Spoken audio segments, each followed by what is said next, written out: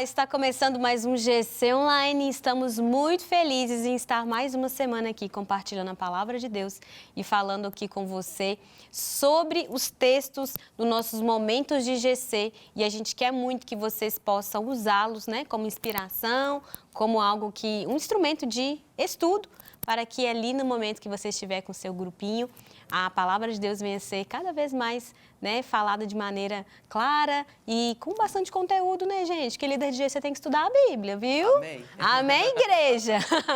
Eu gosto de estudar, tem que estudar mesmo. Então vamos orar? Pai, muito obrigada por esse tempo, muito obrigada por esse momento que nós estamos aqui. Deus, ouvindo a Tua palavra, compartilhando com os irmãos, Deus, louvando o Seu nome. Pai, que através de cada um aqui, Deus, e aquele que está aí ouvindo em casa, ouvindo pelo YouTube, pela TV, também venha ser, Deus, com a palavra germinando no seu coração, também venha ser edificado. E venha ser, Senhor, cada vez mais parecido com Cristo, em nome de Jesus.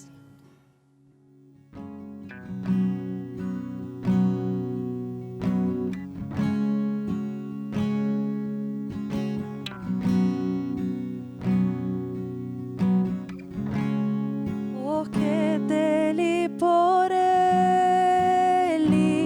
para ele são todas as coisas. Porque dele, por ele, para ele são todas as coisas. Porque dele, por ele, para ele são todas as coisas.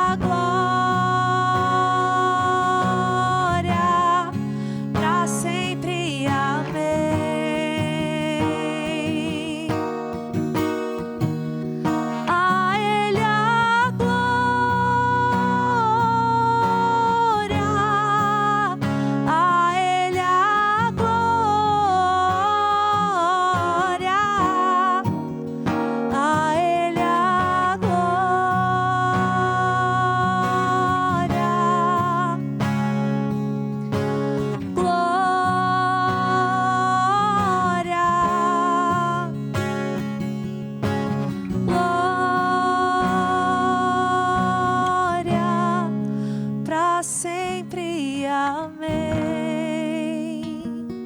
Aleluia. Glória a Deus. Como é bom louvar o Senhor. A Ele a glória para sempre.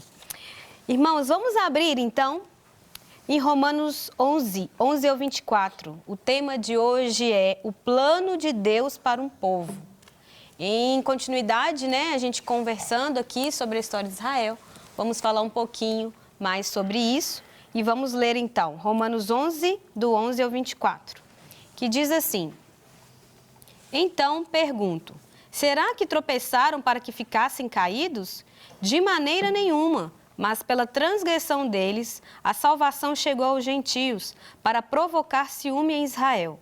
Mas se a transgressão deles significa riqueza para o mundo e o seu fracasso a riqueza para os gentios, quanto mais a sua plenitude. Mas é a vós, gentios, que falo. E uma vez que sou apóstolo dos gentios, glorifico o meu ministério, para ver se dele, de algum modo, posso provocar ciúme nos da minha raça e salvar alguns deles. Porque, se a tua rejeição significa reconciliação do mundo, o que será a sua aceitação, senão vida dentre os mortos? Se os primeiros frutos são santos, a massa também é. E se a raiz é santa, os ramos também são. E se alguns ramos foram cortados, e tu, sendo oliveira silvestre, fostes enxertados entre os outros ramos, e feito participante da raiz e da seiva da oliveira cultivada, não te glories contra os ramos. Mas, se te gloriares contra eles, lembra-te de que não é tu que sustenta a raiz, mas a raiz a ti. Então dirás, ramos foram cortados para que eu fosse enxertado. É verdade, eles foram cortados por causa da incredulidade. E tu estás firmes pela tua fé. Não te orgulhes, mas teme, porque se Deus não poupou os ramos naturais, também não poupará a ti. Considera, pois, a bondade e a severidade de Deus. Severidade para com os que caíram, mas para contigo a bondade. Se permanecerdes nessa bondade, do contrário, também tu será cortado. E mesmo eles, se não permanecerem na incredulidade, serão enxertados, porque Deus é poderoso para enxertá-los novamente. Pois se tu fostes cortado da oliveira silvestre por natureza, é contra a natureza foste enxertado na oliveira cultivada. Quanto mais os ramos naturais não serão enxertados na própria oliveira. Amém? Amém. Gente, aqui está falando sobre o povo de Israel, que rejeitou a mensagem do Evangelho. E por causa disso, o Evangelho chegou aos gentios. Primeiramente, quero deixar claro aqui que é isso que aconteceu. A transgressão de Israel trouxe salvação para os gentios. Mas não era vontade de Deus, Deus não queria. Deus não projetou para que eles fossem desobedientes, né? Deus não queria que isso acontecesse. O Evangelho veio para eles, mas eles não receberam. Mas isso, como fala lá, até no texto aqui, né, da lição, vai dizer, Romanos 8, 28, o que fala lá? Sabemos que todas as coisas cooperam para o bem daqueles que amam, daqueles que são chamados segundo o seu propósito. Deus reverteu em bem aquilo que Israel não cumpriu, né? Israel não recebeu o Evangelho, Israel tinha a missão de levar a mensagem de Deus para o mundo. A gente está falando aqui do plano de Deus para um povo. Deus queria e quer que o povo dele seja todo mundo, né? Que todo mundo precisa receber Jesus como único e Salvador. Só que a gente sabe que, infelizmente, não por causa de Deus, mas por causa do coração incrédulo e duro das pessoas, que isso às vezes não acontece. E foi o que aconteceu aqui com Israel. Israel teve aqui um período de endurecimento no coração a respeito da mensagem do Evangelho. E, por causa disso, o Evangelho chegou para os gentios. Então, até coloquei algumas anotações aqui, Israel tropeçou, mas Deus não tinha essa intenção de fazê-los cair. O fato de a maioria ter rejeitado o Evangelho, né, eles todos, abriu salvação para nós. E João 1, 2, eu até anotei aqui, pode ler aí também, acrescentar nas suas anotações, vai trazer isso muito claro para nós. Por quê? O que fala em João 1, 12? Mas todo quanto receberam, deu-lhes o poder de serem feitos filhos de Deus. Ou seja, eles, acredito, né, que alguns já existem cristãos, judeus messiânicos, glória a Deus, acredito que o evangelho está cada vez mais crescendo no coração deles. Mas, de fato, que no primeiro momento eles realmente foram extremamente resistentes, coração endurecido. Mas, e chegou a nós, gentios, porque nós podemos, aqueles que recebem a Cristo, chamar Deus de Pai e ser filho de Deus, por causa da obra de Cristo em nós. Então, primeira coisa que a gente observa aqui, que a transgressão de Israel foi uma oportunidade da gente receber a salvação, né? Chegou até nós dessa forma. Na verdade, Israel tinha que pregar para a gente, mas já que Israel ficou endurecida, mesmo assim, Deus não frustrou o seu plano de escolher para si um povo que não tem só a ver com uma etnia, uma nacionalidade, tem a ver com quem ele escolheu para ser povo dele, né? Então, Israel tinha esse papel. Já que ela se eximou desse papel por endurecimento do coração, o evangelho chegou para a gente da mesma forma, porque os planos de Deus não podem ser frustrados. E glória a Deus por isso, né? É verdade. Acho interessante que a Bíblia, uma das figuras que ela usa para falar sobre Jesus é a rocha, a pedra. Jesus é a pedra, ele é o fundamento, ele é a rocha, a pedra angular. Só que, exatamente, para alguns ele é a pedra angular. Para alguns ele é a pedra de esquina. Para outros ele é a pedra de tropeço. E foi o que aconteceu com o povo de Israel. Tropeçaram na pedra, tropeçaram em Cristo, tropeçaram em Jesus. Como sendo o povo de Deus, eles vinham numa linhagem até legal. Receberam a lei, estavam buscando obedecer a lei, embora muito daquilo que está dentro do coração precisava ainda ser alinhado, precisava ser convertido e quebrantado, precisava haver verdadeiro arrependimento. Mas eles eram um povo que Deus fez para si. Só que Deus fez o povo de Israel com um propósito. A primeira missão de Israel é fazer com que os olhos da humanidade se voltassem para eles. Agora, depois que Jesus veio a Israel, a missão de Israel muda. Agora é enviar a mensagem, é pregar, é anunciar o evangelho. Só que ao invés de fazer isso, eles tropeçaram. Tropeçaram na rocha, tropeçaram na pedra, e quem tropeça, cai. Israel caiu, deu de cara no chão, se machucou um pouco.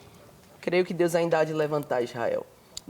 A gente até já falou sobre o remanescente fiel, mas é verdade que eles tropeçaram na grande pedra que é Cristo. Para alguns pedra angular, como eu já falei, para outros pedra de tropeço. Mas Deus não perde viagem, Deus não perde a missão, o propósito, os planos do Senhor não podem ser frustrados. E o plano de redenção e salvação da humanidade não pode ser mudado, porque Deus é soberano. E se Ele quer fazer, assim Ele executará. Amém. E assim Ele tem executado na história da humanidade, usando inclusive esse tropeço, como a pastora Lívia falou, esse tropeço de Israel, para que a mensagem chegue a nós, que somos outros povos, nós que não somos israelenses, israelitas.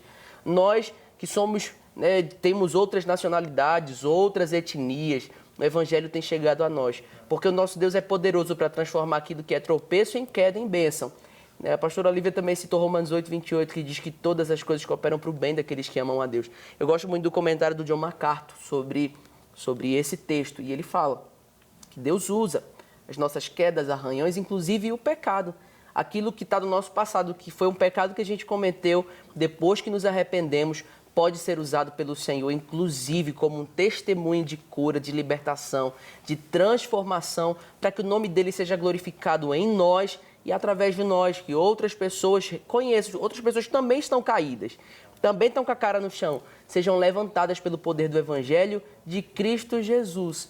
Então, Deus ele tem esse poder de transformar aquilo que é maldição em bênção, aquilo que é tropeço, aquilo que é queda em vida.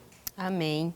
E aqui nesse texto, Paulo também traz um pouco dessa questão de desmistificar a ideia de que o judeu era o guardião da escrita, detentor do saber, aquela prepotência que eles tinham, aquele orgulho que eles tinham a respeito de Deus, a respeito das coisas de Deus. E Paulo deixa claro aqui que, olha, o endurecimento do coração deles é uma transgressão, foi um problema para eles.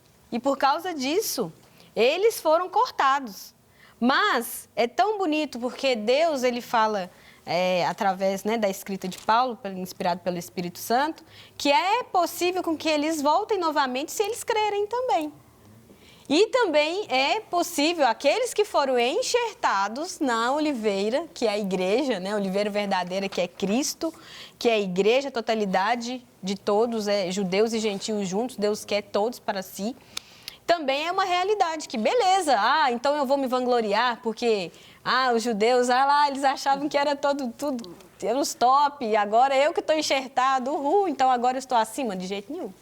Né? Da mesma forma que eles, que eram os eleitos lá do antigo, né? O povo lá escolhido lá, foi rejeitado, quanto mais eu que fui enxertada, também é possível ser cortado. Eu preciso continuar crendo no Evangelho, mediante, né, a fé em Cristo Jesus, crendo o que Cristo fez por mim, para que a minha vida, né, continue ali enxertada na oliveira verdadeira, em Cristo, com o corpo de Cristo ali. E nós veremos aqui também, né, que eles vão conversando aqui na agenda, que eu achei muito legal, que fala que a gente precisa tomar cuidado, né? Porque esse senso de religiosidade que eles tinham, de achar que estava tudo, era de Deus, que estava tudo certo, eles e Deus, é um problema para nós também, porque muitos de nós, às vezes, caminhamos nesse campo da religiosidade, né? Crendo, achando, pensando que porque eu sou filho de crente, crentinha eu sou, né? E aí, vive de qualquer jeito. E acha que é povo escolhido, né, Fernanda? É dia após dia, né, assim. O maior exemplo disso que a gente vê na Bíblia é o povo ali, o povo judeu no deserto. Tudo que aquele povo experimentou, gente. Se a gente para pensar assim, como que eles não herdaram a terra prometida, como que eles simplesmente assim endureceram o coração, caíram numa raiz de amargura, de ingratidão, assim, como depois de tudo que eles viram, de tudo que eles experimentaram. Porque é uma coisa dia após dia, assim. A gente vai abrindo espaço para ingratidão, para amargura, enfim, se enchendo de outras coisas, é muito fácil a gente se desviar mesmo do propósito. A Bíblia fala, né, aquele que está de pé, cuidado para que não caia. Então, todos nós estamos sujeitos, infelizmente, todos nós estamos sujeitos a isso, assim. E nos resta mesmo, de fato, se encher de Deus cada dia mais, assim, para que não haja espaço para isso, assim. Porque que triste, gente, que triste é cair em gratidão com um Deus que deu tudo por nós, sabe? Assim, que se entregou numa cruz. Ele não precisava estar ali e ele fez isso por nós, assim, para cumprir um plano, né? Então, assim, é muito triste pensar que existe essa possibilidade. Mas quem somos nós para achar que nós somos melhores do que alguém e que, comigo isso nunca vai acontecer? Não abre seu olho, não, para você ficar esperto. Verdade. Então, nesse texto também, eu quero ressaltar que Paulo, ele não está falando isso para a gente se achar em cima dos israelitas, né? Tá certo? É isso mesmo, né? Israelitas, enfim. Aí, povo de Israel. Do povo de Israel. As dúvidas, né? Ô, gente, é a vida, é assim mesmo. Dá tudo certo, a gente fala errado às vezes. Mas não para a gente se vangloriar, né, sobre eles. Tanto que Paulo ele fala que ele está tentando provocar um ciúme, mas não um ciúme de falar assim, eu tenho, você não tem, né? Mas é no sentido de provocar um santo desejo, né, e paixão no coração deles para que eles sejam também despertados eu acho aquele ao ciúme, Evangelho. aquele ciúme tipo assim, olha como isso é bom que eu tô tendo, você precisa experimentar também. Olha, tá na sua cara, né? Como a gente falou na lição que o Evangelho está muito perto de nós, está no nosso coração e na nossa boca, que a Bíblia fala para a gente confessar, né? E para a gente crer com o coração. E está muito perto, olha isso, está muito perto de você, a salvação veio por você, Israel, por meio de você. E você não está aproveitando, acho que é bem esse ciúme que Paulo está querendo passar. Exatamente. Né? Não é aquele de... Eu tenho e você... Desdém, né? Eu tenho e aí... Olha que lindo que eu tenho isso aqui. Eu tenho Jesus no meu coração, sou feliz, posso viver contente em toda e qualquer situação. Né? Recebo chibatada aqui, mas tenho uma alegria plena no Espírito. Não, ele fala que... Ele leva a mensagem, né? A mensagem, o coração dele estava endurecido, mas ele leva a mensagem também, não só para trazer salvação aos gentios, mas também para despertar neles uma sede, uma fome de querer viver aquilo também. E é diferente. Porque às vezes a gente, com a nossa espiritualidade toda, a gente acaba se achando e ostentando uma espiritualidade. Olha o que Deus fez na minha vida, mas não no sentido de, olha, Deus pode fazer na sua vida também. Mas a gente acaba vivendo uma vida de vanglória, né? Se achando na presença de Deus para os outros, às vezes até para os próprios irmãos da fé. E aí é um desserviço ao evangelismo. Porque você chegar no trabalho, na escola, não sei o quê, e ficar falando, ó, porque não mexe com o povo de Deus, não mexe com a ungida do Senhor, porque eis que te digo, misericórdia, você usar do evangelho para se achar. E aqui a gente vê Paulo colocando a gente no nosso lugar, né? Dizendo, ó, se aqueles que eram parte da oliveira foram cortados, quanto mais vocês que foram enxertados. O treino vai ficar fácil. Igual a Fernanda falou, você se liga não? Fica esperto. Não é, Estevão? Exatamente. É assim. E quando a gente olha para Israel e vê todos os milagres que eles passaram e ainda, igual a Fernanda falou, se gera uma angústia, né? Que a gente fica, pô, como é que eles conseguiram ver e conseguiram, né, vir a cair depois? Mas, ao mesmo tempo, a mesma coisa está acontecendo com a gente, que nós estamos com a palavra de Deus, nós estamos com Cristo. E, às vezes, a gente, vendo todos esses milagres, que, assim, não era para nós, mas veio até nós, olha o tamanho do milagre. A gente não consegue ver isso e não quer falar do amor de Deus. Então, a gente fala de Israel, assim, que eles não queriam, né, ir para todos os povos e pregar o evangelho, mas agora que é a nossa vez, a gente acaba fazendo a mesma coisa. Aí, ó. Tá vendo, gente? É sobre isso. Continua. E não tá tudo bem. Não tá nada bem. Não tá certo, não tá tudo bem. Verdade, gente. Isso é muito real e a gente tem que tomar cuidado com isso, né? Porque às vezes a gente fala isso do povo de Israel, mas a gente tá fazendo a mesma coisa. Exatamente. Essa é a frase da... Gente, se você não esquecer de tudo que a gente falou aqui, se você lembrar disso aí que você estava falando, já tá tudo certo. Já tá tudo certo. Ó, o plano de Deus para o seu povo é que, sim, sejam todos alcançados e estejam com o Senhor. É importante a gente salientar aqui que se o povo de Israel também deixar sua incredulidade, eles também vão estar enxertados, vão voltar, né, para a oliveira e vai dar tudo certo. Ou seja, nós precisamos de entender que todos aqueles que se arrependem genuinamente, confessam Jesus como seu único suficiente Salvador e vivem essa vida de fé, mediante a fé em Cristo, no Filho de Deus, também vai viver essa bênção que é estarmos todos enxertados nesse mesmo lugar, nessa mesma oliveira. Então, nós precisamos observar, né, resumindo aqui, a questão da religiosidade, se a gente está se achando demais um povo super seleto, que está super privilegiado, né, e a gente não está cumprindo nosso papel, né, sendo um pouco hipócritas em relação àquilo que aconteceu com Israel, e também se a gente está observando, né, se a gente consegue expressar Cristo, ao invés desse lugar de hipocrisia, né, expressar Cristo para aqueles que precisam em nome de Jesus. Olívia, eu acho interessante que o apóstolo Paulo ele usa essa figura da planta, né, da agricultura. Você que gosta de planta, você vai saber falar sobre isso. Então, eu tô querendo gostar, sabe? Eu tô lá com umas suculentas, tá no processo lá, sabe? Tô vendo então, aqui. Para cultivar uma planta em casa, pelo menos eu lembro da minha mãe fazendo isso. Você tem como arrancar uma planta e plantar ela em outro lugar.